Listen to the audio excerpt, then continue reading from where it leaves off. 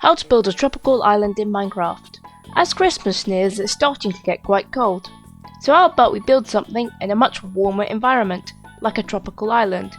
So, let's begin. To start off with, you're going to want to try and find an island. Something like this should do fine. Then, chop down all the trees on this island. However, most of the natural generated islands in Minecraft have got very large beaches and not a lot of grass in them. So you might want to expand the grass into the beaches a bit, just like this. Now we can start on the dock leading into your island. Start by building out using spruce slabs, then every few blocks placing some spruce logs. And then at the end of your docks, you want to create a U shape, that way you can dock some of your boats. Next we're going to create an outline for the house. To do this, use red wool and create a random shape, just like this. Then create a path leading from the dock to the random shape, using a mixture of path blocks and coarse dirt. Next we're going to make some palm trees. To make a palm tree it's actually quite simple.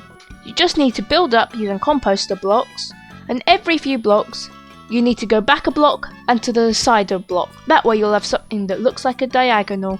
Then to build the leaves of your palm tree, build out from the top composter block, creating a curved like structure that looks kind of like an arm reaching outwards, making sure that you have a long dip at the end of your leaf line.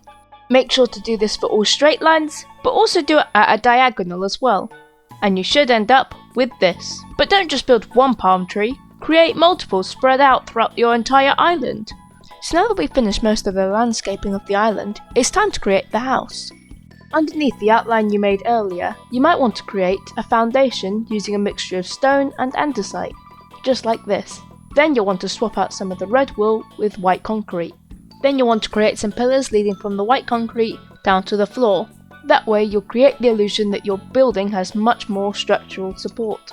And then you'll want to add some stairs leading from the path to the building, just like this.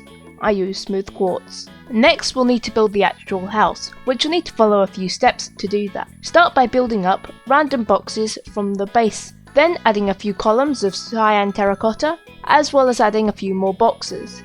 You want to make sure that they're all varied in height, and you should have something that looks like this.